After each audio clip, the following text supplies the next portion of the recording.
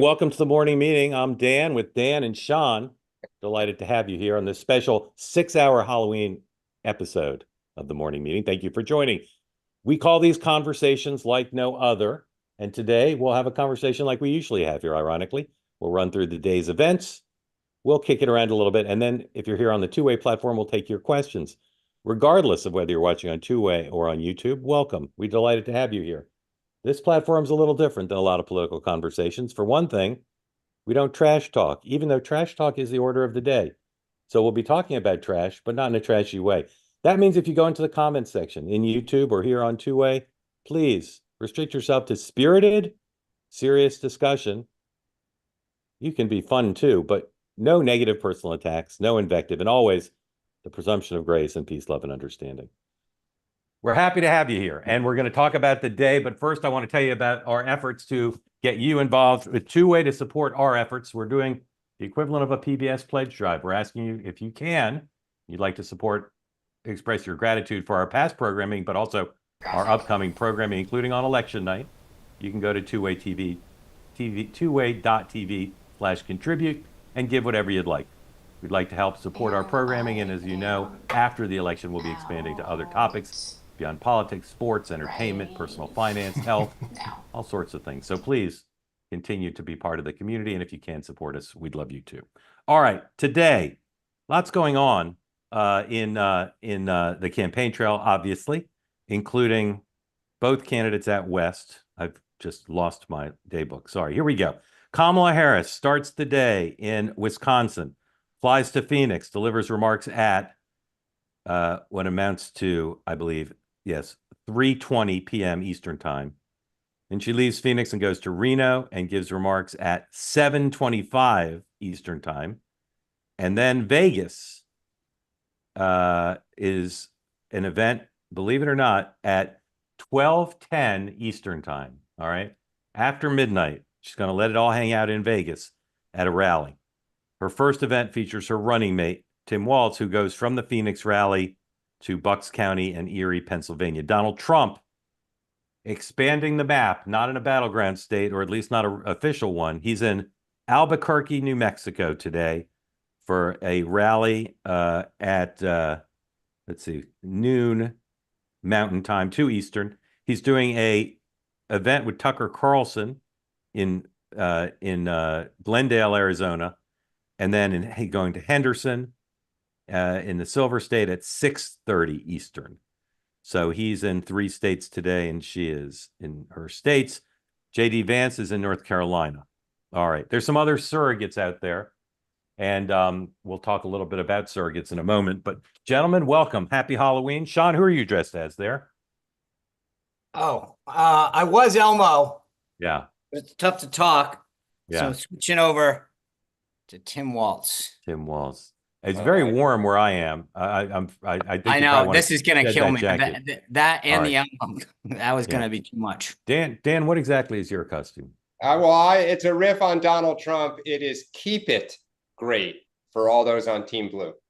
Got it. All right. If you'd like to be involved in the conversation for our spooky discussion, please raise your electronic hand if you're here on the two-way platform. We love new people. If you've never gotten involved in the conversation, please raise your hand. We had some great new people yesterday.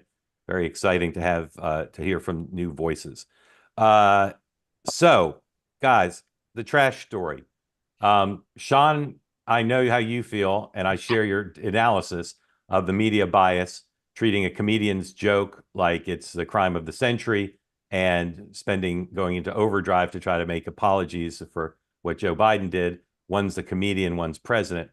We can talk about the bias if you'd like, but I haven't seen it in the Trump video yet. I assume it'll be in videos, maybe in paid media, maybe even at TV ads. Where do you think the trash story goes? Is it over, or does it extend through the weekend and maybe even into Tuesday?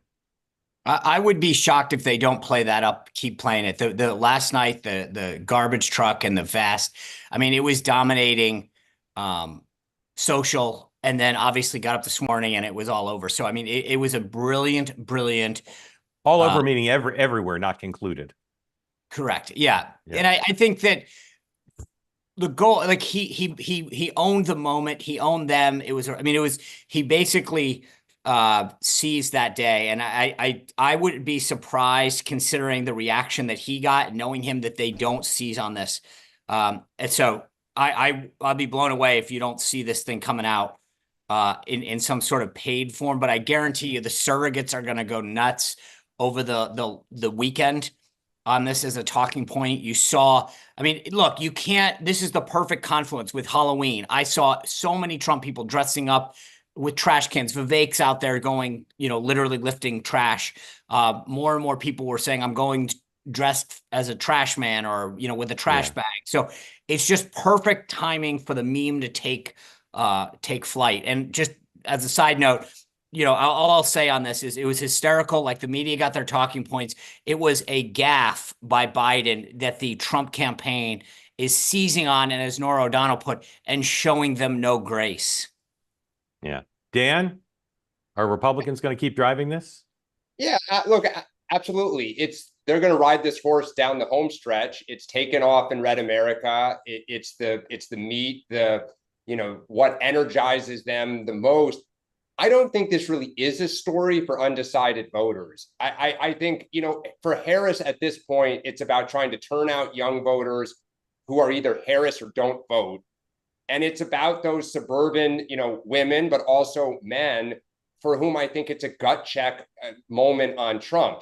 And so I don't think, what Joe Biden says and whether Trump is driving in, a limousine or a trash truck is going to change, alter their vote. But look, great political athletes, when they get an opportunity, they make the most of it. And Trump does it better than anyone else. And as Sean said, it's all over social media. It's dominating cable news. But I don't think it impacts, how undecideds make their decision. I don't know that it impacts undecideds, although I think it could. I'll say a few things about it. First of all, Donald Trump leads a movement. You may not like that, but it's a fact. And as Sean said, this will be everybody's talking point. Don't let them win. They think we're garbage. Don't let them win. And if you're trying to see things we can say truthfully about the early vote without overinterpreting it, part of the Republican strength in the early vote is because they're enthused to vote and that they're listening to their leader. And this is going to help Republican enthusiasm. Number two, there is a psychodrama going on between Team Biden and Team Harris and the principals. And he's supposed to go to Scranton this weekend. I don't know if he'll go. I think maybe they'll switch him to American Samoa.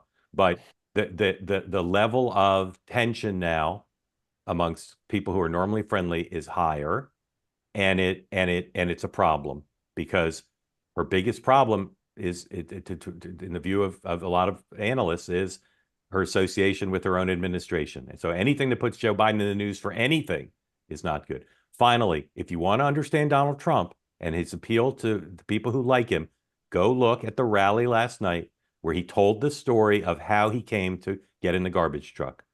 Look at the words he uses, the technique, the style, the cadence. Again, you may think that's superficial. You may think it's despicable to praise someone who sat in the Oval Office and in the West Wing during January 6th. But if you want to understand his appeal, go watch his storytelling. All right. Trash story in the trash. Let's look at some ads. Okay. 2 new ads. I doubt these are the final ones. And I'm sure they have negative ads on that they're not posting on the website, because that's the way the world works. But let's take a look first at a new Harris ad. Now, it's 1 minute and 10 seconds. So I think it might just be a web video, but it draws on her very strong performance from Tuesday night. Let's look at our next chapter 101, please. Nearly 250 years ago, America was born when we wrested freedom from a petty tyrant. Across the generations, Americans have preserved that freedom, expanded it, and in so doing, proved to the world that a government of, by, and for the people is strong and can endure.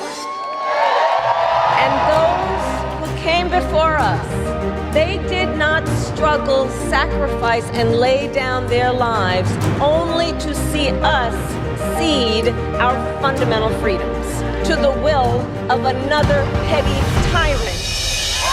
So America, in 7 days, we have the power to turn the page and start writing the next chapter in the most extraordinary story ever told.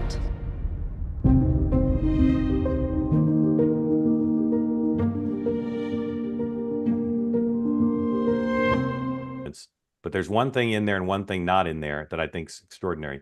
Calling him a petty tyrant, I think, is just, to say I'm the unifying candidate and then calling him a petty tyrant. And now we're back to, so anybody who's voting for him is voting for a petty tyrant. And the other is, didn't hear anything in there about the economy. And again, they're messaging on the economy other places, but to me, not connecting all of these process things to the real lives of real people, I just don't get that. And I'm saying that because a lot of Democrats, that's what they're saying. If she loses, one of the big things they're going to say, besides blaming Joe Biden, is that she had to win.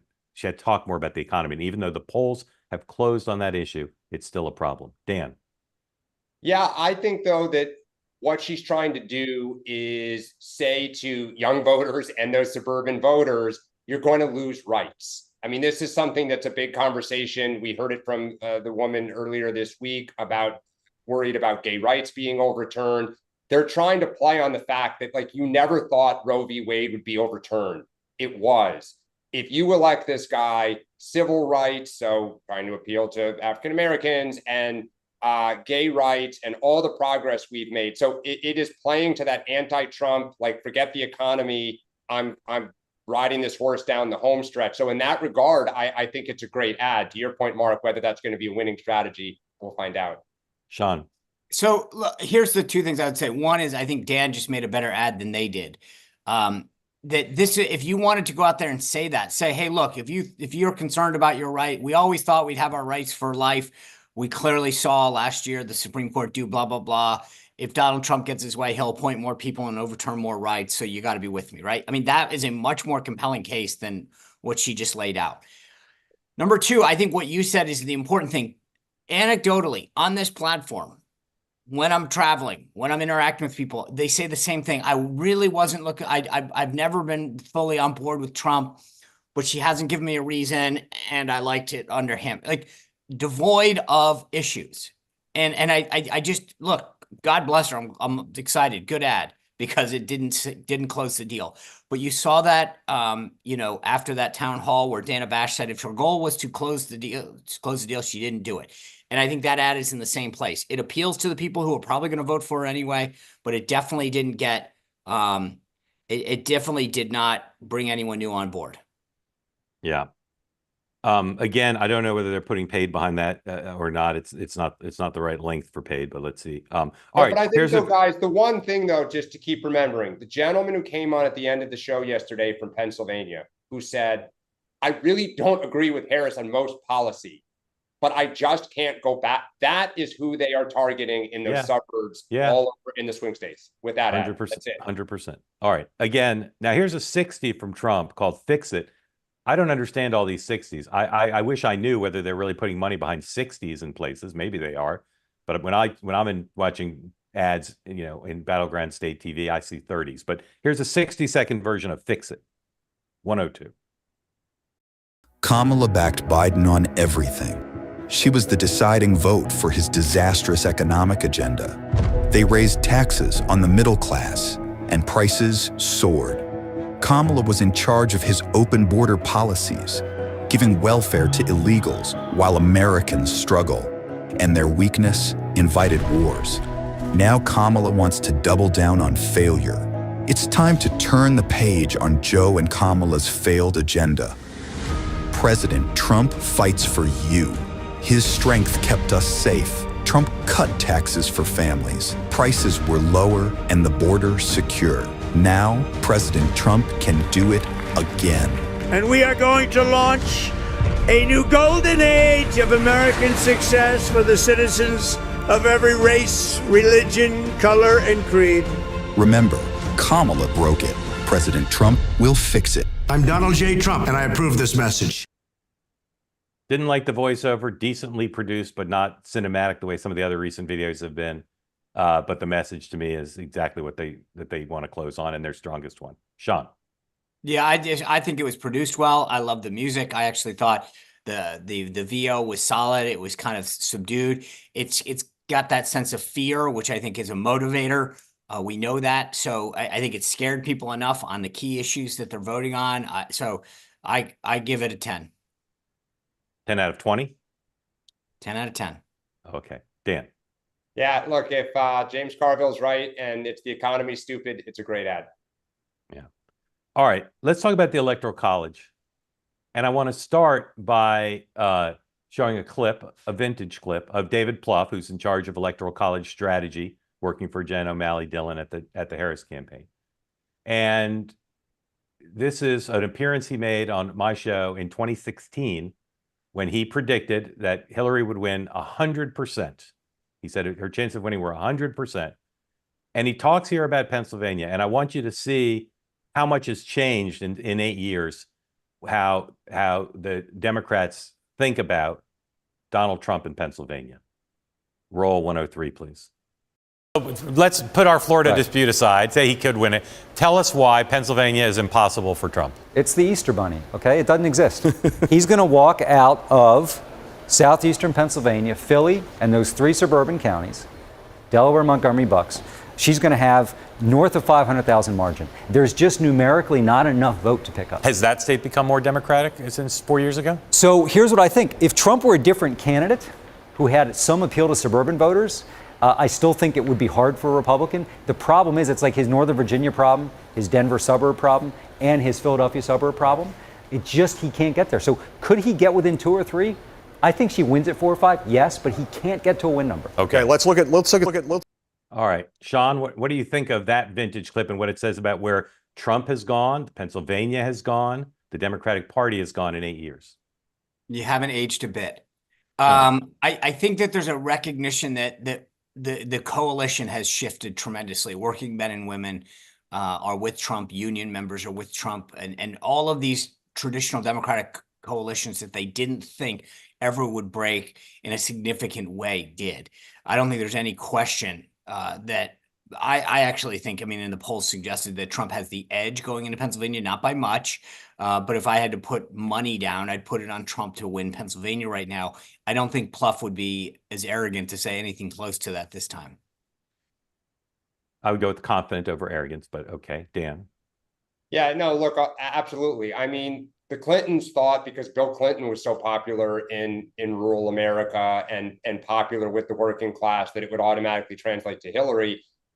And I think, you know, in some quarters, what David Plouffe just said still reigns true in the Democratic Party. They just cannot see that Trump, may win those states again after his 4 years in office in January 6th.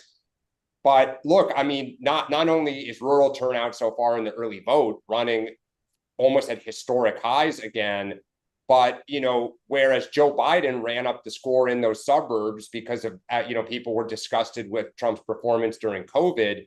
Now there's frustration with 4 years of Joe Biden on a myriad of issues. And so even what Plouffe argued now, so far, there is not evidence that Harris is going to blow him out of the water in the suburbs. And we know that the urban core is less sturdy. Now, it may be the difference between, 85% versus 90%, but that's material when there's that many votes there. All right, let's do big picture Electoral College. 6 weeks ago, Republicans told me that through their negative advertising and their defining of Kamala Harris, that by the time we got to the early voting, that the big 3 Sunbelt states of Arizona, North Carolina, and Georgia would be put away, and that Trump would be at least a slight favorite in Pennsylvania, and that would give him enough to win. And there are many people, many Republicans, almost all Republicans, many independent analysts, and some Democrats who say that's where we are, that Harris has only one path now. The vice president has to win the 3 blue wall states because she's not going to win the 3 big Sunbelt states. I'm not sure that's true, but a lot of people think it's true. Dan, do you think that's true, that she's basically can't win at this point, or very unlikely to win Georgia, North Carolina, and Arizona, and therefore must win the 3 Rust Belt states? I agree with you about Arizona. I agree with you-ish about North Carolina. And there was a story yesterday about kind of concerns about the black turnout as a percentage of the electorate being worrying. Some Democrats I really trust feel like Georgia is closer and like there is a realistic shot there. Nevada, frankly, I think Democrats are more worried because of all the 7 swing states. where it's hard to argue with the early vote, not looking good, it's Nevada. And I think, yeah, to your point, or Sean maybe said it, Pennsylvania is close. I mean, it is really, really close. I agree. She is probably down ever so slightly. And I think you could make that statement in all three blue wall states. But if you say that a great ground game is good for maybe a point may be, the difference. And so, yes, it's probably the blue wall is her best path. I'm not quite ready to say it's her only path, but I would be very nervous betting on a Sunbelt state. Right. Well, just two things, and then Sean, to you. One is if she could win Georgia, it still wouldn't be enough. She'd still need to replace with one of the others, and the other three are tough. I will tell you that Kemp operation thinks that Trump has it, and I will tell you that Democrats in Georgia are extremely concerned about where early vote is. Sure. So, Sean. So it's funny. I do this every Wednesday. Yesterday was the last one where I go through every state. You start putting those 4 electoral votes in play with New Hampshire if she takes Nevada. And suddenly that creates a whole nother set of paths for him, because that's 10 electoral votes that he wasn't counting on. I feel, look, I don't know that he'll win every one of the 7 battleground states, but as I've said before, look at where he is in trend wise. It's, Michigan right now, another poll came out showing him down slightly in Michigan. But if you look at the trend in Michigan over the last several polls, it's moving in his direction. Mike Rogers, the Senate candidate there, moving in the right direction there. I don't know. Michigan and North Carolina, to me, are the most concerning states. I put Arizona at the top, Nevada. Which are your most concerned? Which are your most? Michigan and North Carolina. For Trump. You're concerned about Trump. Yeah. And then, but so that's interesting. Dan thinks Harris has a better chance in Georgia. You think Harris has a better chance in North Carolina. I do. And I think because and I've said this before, the people in North Carolina that every time I talk to people in Western North Carolina, they're like, we're totally committed to vote. I don't doubt that 100 at all. I think that they might logistically have a problem with voting. I talked to some folks there. If they've made it easy to vote in Nashville, it's very difficult for some of these rural folks to get to early voting sites. And I know that the Trump campaign is working to get more early voting sites moved up, but that's just that's a logistical reality. So you can be completely motivated. That's what concerns me in North Carolina. Plus the fact that, look, if you look at the swing from 2016 to 2020, it largely had to do with how well Jill Stein got. Trump won North Carolina with 174,000 votes. In 2016, Jill Stein got 120,000 votes. When they didn't have her on the ballot in 2020, the Green Party got 12,000 votes. Trump won by 1.34%. That's not big. So it's going to be tight. I think how the Green Party does could have a large effect there. So that North Carolina concerns me for those reasons. But I would have taken Nevada way lower on the list a month ago. I now put that right behind Arizona ahead of Georgia. Yeah, although it's less important because it's got fewer electoral votes. Right. Right, but that's why I'm saying you pair those 6 with the 4 potentially in New Hampshire, and you're making up a state. Right. So I'll say 2 things about the electoral vote, but first, popular vote. Trump's going to blow Florida out to such a degree that if he overperforms as they believe he will in California and New York, Trump could win the popular vote because the Florida gap is going to be massive. So let's say Harris wins Pennsylvania, Michigan, Wisconsin. There's still 2 potential problems. One that Sean raised, which could be New Hampshire, could be Minnesota, could be New Mexico, maybe could be Virginia, but that's less likely than the other 3. Just as you 2 have a dispute about which is a more likely Harris state, North Carolina and Georgia, although again, most of my sources, including Democratic sources, are not bullish on her in either one. The 3 alternative states could be the difference, right? Even if Harris wins the 3 blue wall states, if Trump wins any of New Hampshire, Minnesota, or New Mexico and holds the Sunbelt, he wins. So you got to watch for that. The other thing is faithless electors. If it's 270 for Harris and Trump can get 1 elector to switch, that could make the difference. I'm not predicting it. I'm not rooting for it. I'm just telling you, keep an eye on that. Can I ask you a question just real quick? Yeah. Do you think, based on 2016, if there's a faithless elector, and I know not every state permits it, but I also wonder, I'm shocked. I actually would have thought you would have said it would be the other way. I would see more. It could be the other way too, but I'm just saying on this scenario, where she gets 270. If you're a Harris person worried about winning, I'm saying don't assume your work is done if you win the 3 blue wall states. I will tell you the interesting thing is, and we mentioned what matters. Dan brought up ground game. I 100% agree with him. I actually think it's probably worth a little more than a point, maybe even closer to 3. Yeah. But I will say this is interesting. As an elector in 2004, the Bush campaign wanted to know everything about you, and I just wonder how much time and effort's been put into vetting electors. Because you're That's right. a good question. Here's a factual question: are the electors the Biden electors, or did Harris sub out the Biden electors for her own? Great question. Anybody know? So we're crowdsourcing that to the group. Raise your hand if you want to get in the conversation. We're going to get to a lot of you now. As always, presumption of grace, peace, love, and understanding. Don't attack Sean or Dan. You may attack my Halloween costume if you wish. And tell us who you are or where you are, who you're supporting, what's on your mind. Melissa, you're first. Is that me? Can you hear me Yes, okay? ma'am. You're great. Okay. Thanks. Peace, love, and understanding. I am a registered independent from North Carolina. So if you looked at my voting history, you would have absolutely no idea how I was going to vote. I have sometimes vote for the Democrat, sometimes vote for the Republican, just depending on what's going on in the country at the time and what my personal priorities are. So I voted for Obama. Think he was a good president. Then ended up on the Bernie train. Actually, that was the first campaign that I actually got involved with and volunteered with. And so ended up voting for Trump in 2016. Probably not for the reasons a lot of people did. I did it largely due to feeling the nomination process at the DNC was corrupt. So, and just, the old Game of Thrones famous quote, I'm not going to stop the wheel, I'm going to break the wheel. And that's what, I felt like Trump could do, is kind of break corruption in politics. But after the past 8 years, I actually voted for Nikki Haley in the primary, not because I liked Nikki Haley, but because I felt like there was so much hate for Trump and the country was so divided that I felt like Trump could not win a national election. So, Melissa, I'm sorry to interrupt you, but just because we're all wrapped with this narrative here from Obama to Bernie to Trump. Did you vote for Trump again in 2020? So I did vote for Trump again in 2020, and actually because I was very pleasantly surprised with how he did in his term.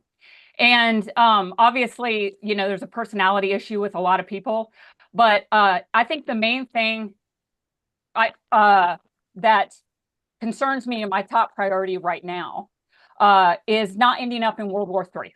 So that to me supersedes every other thing. I don't agree with either party on everything, but I feel like the Democratic Party and all the fear mongering that they're doing right now, and they're saying that Trump is going to do, we just did not see that in his first term.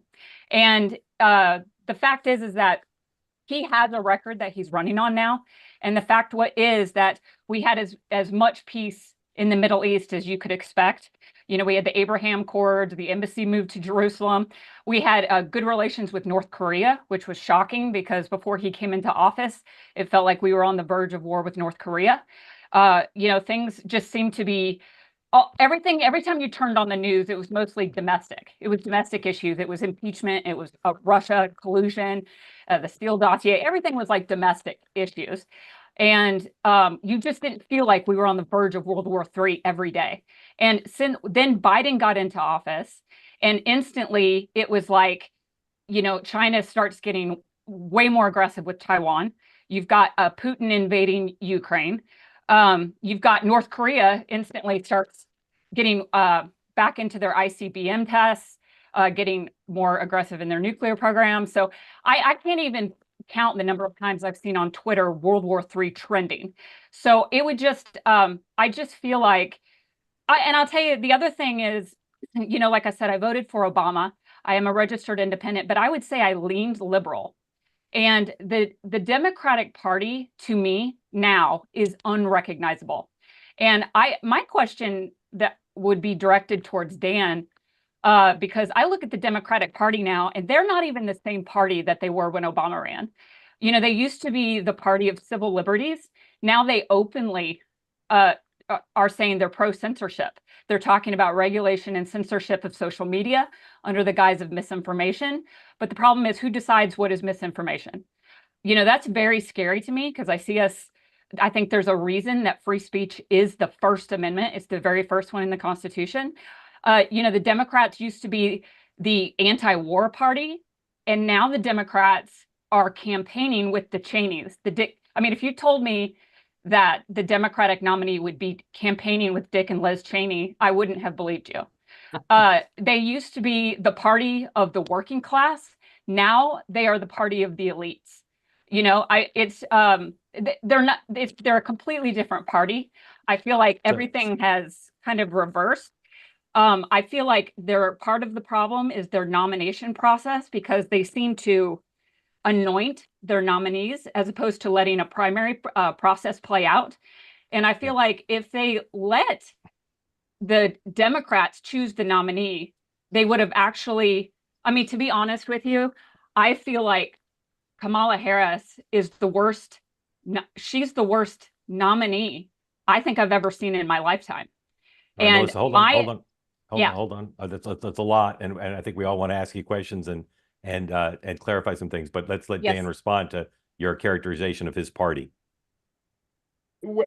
For sure, it has changed in 8 years, and I think part of the issue is the Democratic Party has a little bit of an identity crisis right now. Yeah. If you go back to the last few years, you know, you knew what Bill Clinton wanted to do, right? He wanted to focus on the economy. He ended up doing welfare reform and financial services reform. When Barack Obama ran, he was running on healthcare, the clean energy, like cap and trade. He had a setup to do that Democrats have been talking about for 40 or 50 years. Right. Sean said it the other day. The animating reason that Joe Biden ran was, he says, Charlottesville and his just complete hatred of Donald Trump. The reason Kamala Harris is running is just the fear within the party that Donald Trump could get back into office. You don't really know what the party wants to do here going forward. You know, I would take a little bit of a exception with some of the stuff you said, in the sense that I don't think the party is pro-censorship. I think there was and still is a lot of misinformation on social media. I see it daily on X and other places. And I think society is trying to wrestle with how social media is a wild west. Should there be any guardrails? Should there be liability? Like it's a meta kind of macro conversation. But I think you do represent a lot of Democrats, which is they feel like the party has left them. It is more of a white collar party than a blue collar party. I don't think all the party leadership recognizes that. Like they do, but they don't want to admit it and what that means from a political standpoint. So, you know, I think if the party is going to be successful, it needs to listen to you. It needs to listen to others. It needs to respect you and others and figure out, you know, what does it want to accomplish if it gets back into office? Melissa, do you consider I was going to say, it's really interesting. You look at the surrogates that are supporting, you mentioned the Cheneys, right? They're claiming anyway, which I don't agree with, that they're still conservative. They just don't like Donald Trump. You look at the people who are supporting Donald Trump, RFK, Tulsi, whatever, they're coming over. They're saying it's a policy thing, right? And that's the shift. The Democrats are pushing people over to the Republican Party because of policy issues. The people who are voting for Kamala Harris are doing it because they don't like Trump. At least that's what they're saying. So I think you're on. Melissa, who are you voting for in the governor's race? So I am voting for Shapiro in the governor's race, and I voted for Trump in in-person early voting.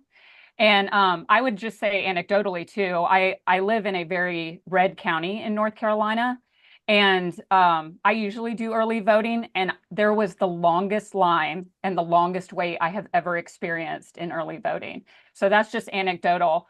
But yeah. I would just say, like, because I am an independent and I really could have gone either way. I would just say the Brett Baer interview to me made me feel like there was a Trump plant in the Harris campaign, because I could not. Someone gave her bad advice because every answer was Trump, Trump, Trump, Trump, Trump. Yeah. And the thing is that from a campaign perspective, the independent voters, or the people in the middle, the people who don't necessarily have TDS, those are you've already got the Trump haters in your bucket. So answering every question with Trump does not help your cause. You've already got those people. But the interview that really put me over the edge was the town hall with Anderson Cooper, because my jaw was on the floor, because she could not answer basic questions that a 16-year-old would have to answer at an interview at McDonald's. I was absolutely floored by that interview, and I just realized that I could not vote for someone that she just seemed incompetent. I'm sorry to interrupt. I want to get other people in, but I want to ask you two more questions. Do you consider yourself, do you consider yourself pro-choice or pro-life? No, I am definitely pro-choice, but it's like I said, my feelings on that issue are, like I said, it's a list of priorities. And I feel like if we are in a nuclear war, if we are in World War III with a nuclear power, those things, they're just further down on the list in my priorities. I am just, in my list of priorities, I'm more concerned about whether we are going to go to war with a nuclear power and whether my sons are going to be drafted into a war. And so also, I feel like that ship has sailed. If that's a very important issue to you now, then you need to focus on your state elected officials. Yeah. And also, I feel like the people who are pro-choice, whoever's elected, it's not going to make any difference at this point. Roe v. Wade has been overturned. It's now at the state level. So, be mad at the Democrats who had 3 branches of government and didn't pass any legislation on the issue. You want to be mad about it, be mad at that. Last question is, how will you feel if Kamala Harris wins? So my feeling is if she wins, we're going to be kind of in the same boat where we're on right now. I think anyone who has eyes and ears knows that Biden is not running this country right now. And my feeling with Kamala is that if she's elected, whoever is running the government right now is going to be running the government for her. I just don't see someone who can't even answer a basic question like, what is your weakness? She can't answer basic policy questions. Can meet with Putin or be negotiating with, Melissa, thank you. Foreign leaders. Really great. Can I just say one thing as we think about the future, Melissa, that you said, which is that you're for Sanders. There is going to be a civil war between the Sanders wing, and you're already seeing them start to pop off. Mm-hmm. And why is she spending time with Cheney trying to court the middle when the party has lost the Bernie voters to Trump? And how did we ever lose the base of the party because the right and the left meets on the other end? It's going to be a huge conversation next year. That's right. Well, Melissa, sorry about that. Go ahead, Melissa. I apologize. Go ahead. Melissa, you need to unmute. I apologize. I muted you accidentally. So the one other issue I just wanted to address was how I've heard a lot of people saying that it's misogynistic the way they hold Kamala to a different standard as far as how articulate she is answering a question compared to Trump. Well, he does the weave and he's all over the place. I think what they're missing is the authenticity. The problem with Kamala is she's like a magic 8-ball where you shake her up and the answer you get is just some Democratic platitude that often doesn't even match the question. With Trump, there's authenticity, and it was the exact same thing that drew people to Bernie, which is authenticity. When Trump talks, it's just that there's no filter, but he's just exactly what he is. He says exactly what's on his mind. Whereas Kamala, I feel like I don't even know who she is because she's like a pull string toy that just, you don't know what Democratic platitude's going to come out, and it may or may not even match the question that was asked. Yes. Melissa, thank you. I really appreciate you coming. I want to correct you gently and respectfully on 2 things. It's Kamala. Oh, I'm sorry. That's okay. And your gubernatorial nominee is Stein. Governor is Stein. Yes. Just want for the record to get those 2 things in there. Very grateful to you for joining and sharing all that, and we hope you'll come back. Okay, thank you so much. All right, Mallory, don't necessarily agree with all that. So welcome, and tell folks who you're supporting, where you live, and what's on your mind, please. Okay, so I live in South Carolina, grew up in North Carolina, born in Pennsylvania. So have interesting perspectives. My sister still lives in Pennsylvania. My entire family's from Pennsylvania. I did vote for Harris in early voting. I'm a registered Republican still, and just Trump's not my thing. So in 2016, I stopped voting. I didn't vote for Trump in 2016, 2020, and now I didn't do it for the third time. And I want to say, did you vote for the Democrats or somebody else, or didn't vote? Always Democrat, yeah. And I kind of said, if I voted for Hillary Clinton over Trump, who wouldn't I vote for at this point? Like, third grade Mallory would be so incredibly disappointed in me for voting for a Clinton. Because I just was never a fan of the Clintons. But I talked earlier in the week about my feelings on Trump, so I won't go into all that again.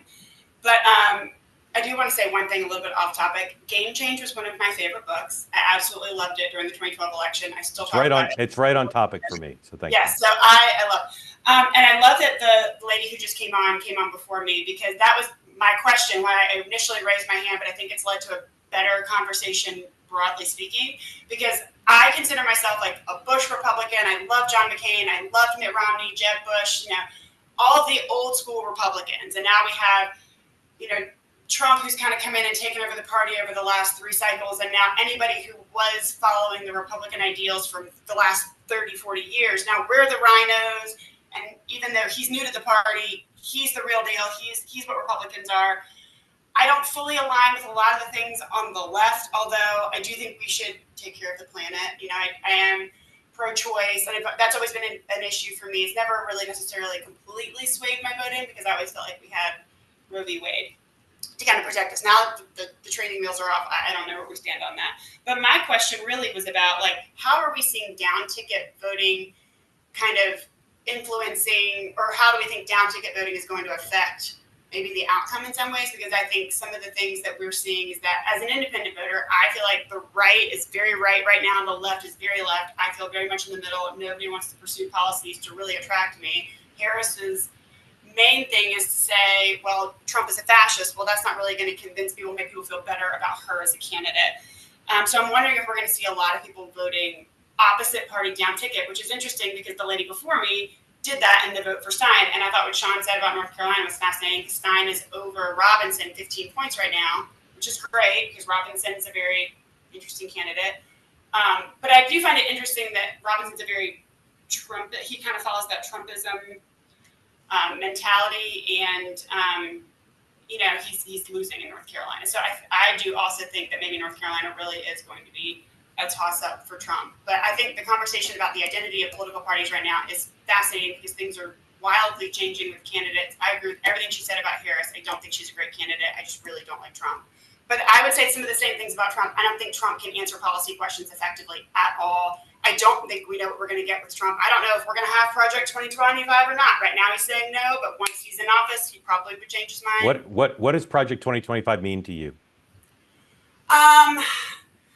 Obviously, I think I focus a lot more on it. Just feels too conservative, in my opinion. What do you know that's in it that you don't like?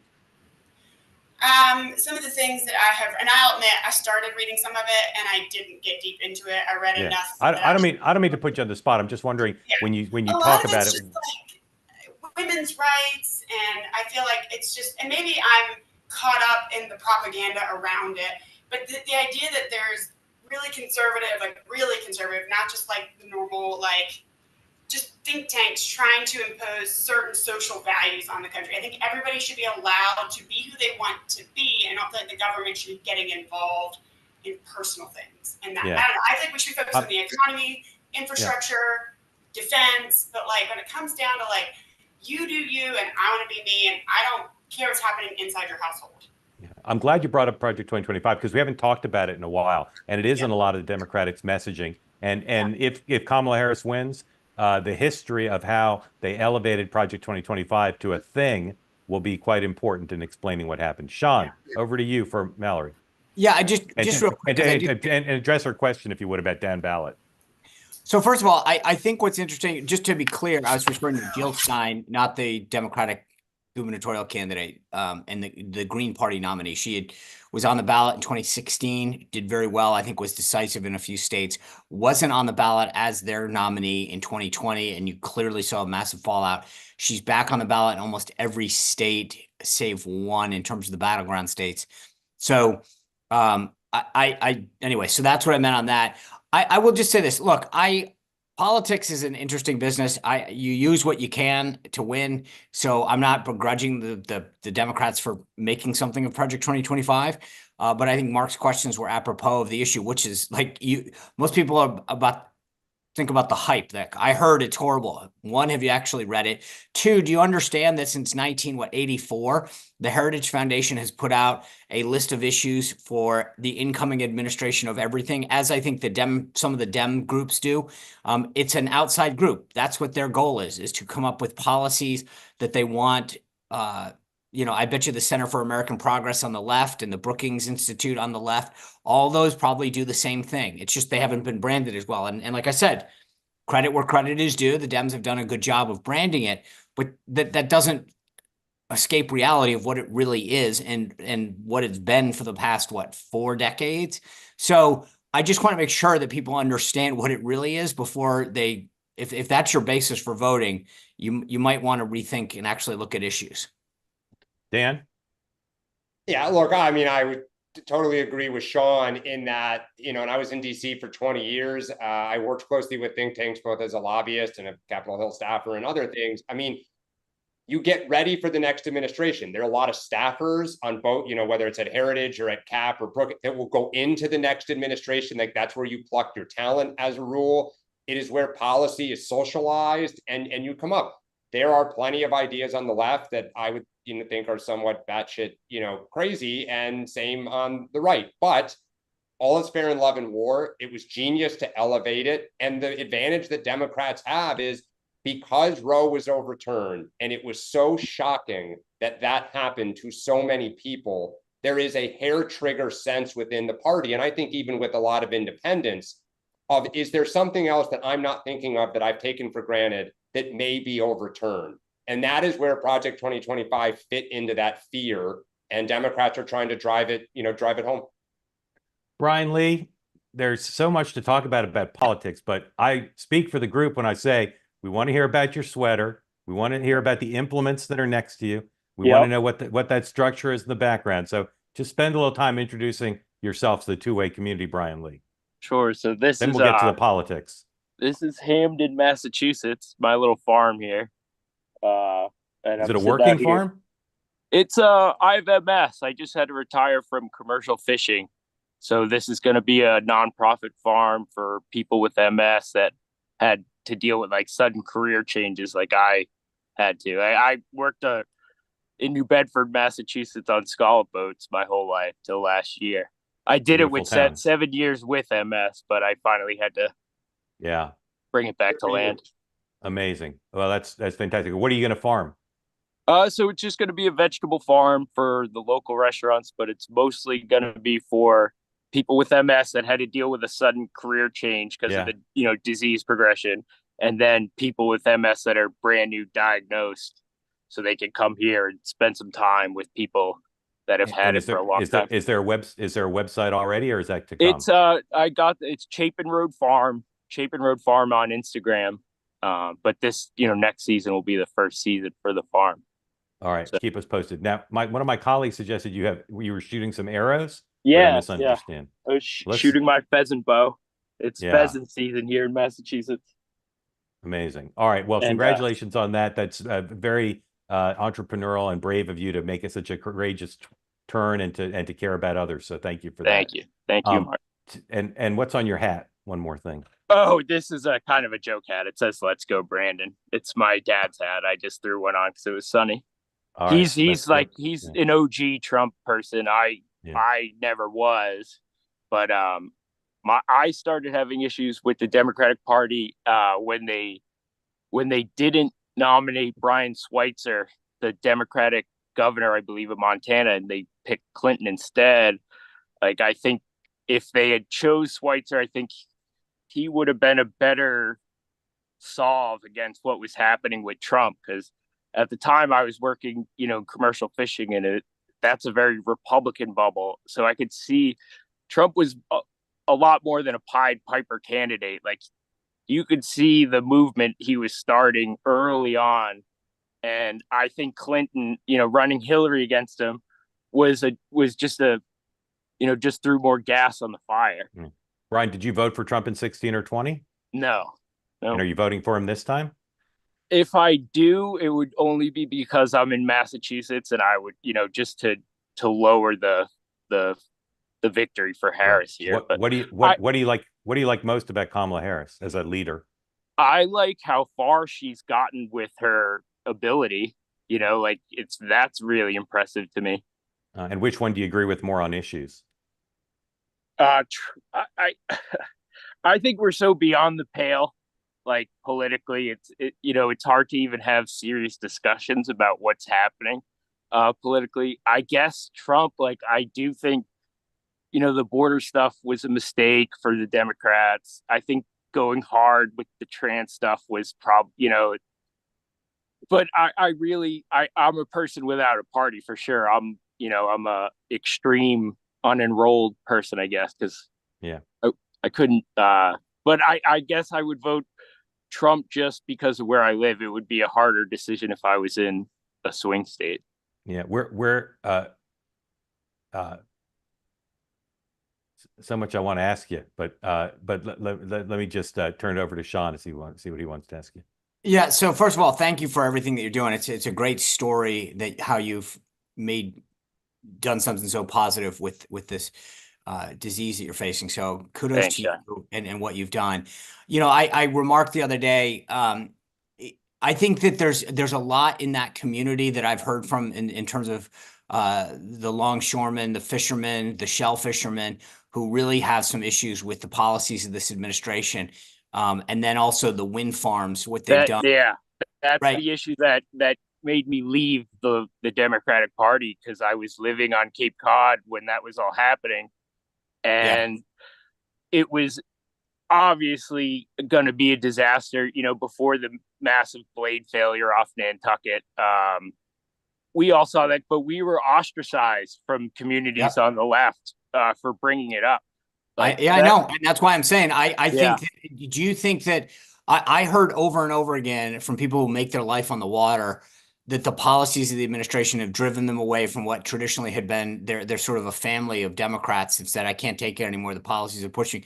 I don't think Trump's going to win Rhode Island, but I think it's probably going to be the closest that you've seen because of issues like that. And I know, obviously, you're in Massachusetts, but that New Bedford community, there's a lot of Rhode Islanders and folks in Massachusetts that go back. A lot of Mainers come down there to scholars too. I worked with a lot of Mainers with the cartoon accent. Yeah. You can't stay out from here. Yeah, they're like from Chaucer. You really can't. It's hard. You don't realize it's a real accent until you hear it for real. Brian, did you have a question you wanted to ask? We love what you shared, but did you want to ask something?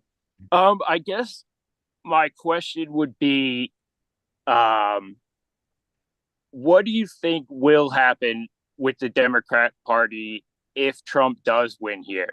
Are they gonna reassess? Because I feel like they've really lost a lot of critical thinking, self-assessment skills. Or are they just going to continue to plow forward with their direction currently? I'll start because I'm writing a piece about it now. I think they're going to be in for a lot of trouble, because normally when the party loses, the right thing to do is analyze, why did we lose? Why aren't we appealing to enough voters, particularly if they lose the popular vote? And the problem is there's going to be a large contingent that blames Biden. And they're just going to say, we just lost because he shouldn't have run. And if he'd gotten out, we would have had a competitive primary. We would have had somebody emerge strong, whoever that was. Then there's going to be a large contingent that blames Kamala Harris and says she shouldn't have accepted the nomination. She should have known she wasn't up to beating Trump, and she should have had a mini primary or stepped aside. And then you're going to have the normal fight that occurs when any party loses, which is the Sanders people, as Sean or Dan, I guess, said before. Sanders and AOC are going to say we lost because we weren't populist economics enough. And then there's going to be some people, and I don't know who's going to be the lead spokesperson for this, who are going to say the stuff you said: trans, immigration, our party has just gone too crazy left. And because there's no Bill Clinton 1990 DLC to step forward and represent that role, and because the energy in the party is still with the far left, and because the far left can avoid taking blame by blaming Biden and Harris, I think they're going to be in a world of hurt to figure this out. They will eventually. But I think in the short term, it's just going to be a mess. Dan. I agree with everything Mark said. And the only thing I will add as a note of optimism for Democrats is if we had had this conversation in 2012 after Mitt Romney, nobody would have said the Messiah is Donald Trump and that he will emerge and dominate the next 10 years. I actually love that our party does not know where this answer is coming from, because some people have said this. The party has, for the last several cycles, preordained like who it should be. 2020, you can argue, but Biden was the default. There was a fear of Warren, and Biden was the comfortable shoe. And I think the party needs to have this fight. People need to step forward. I think Josh Shapiro is teed up to say on a whole bunch of things, I told you so. I think his smackdown of Biden within minutes, he is priming himself to step forward.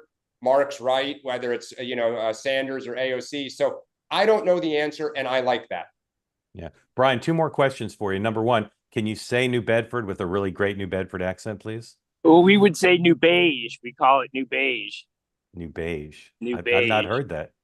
I love New Bedford. It's so beautiful. I lived there for 15 so beautiful. years. It's a beautiful place. It's changed very little, like from the fisherman standpoint. They're still doing the same thing. Yeah, except for the Stap and Shop is new. Mark, Brian, what can we do to help the farm?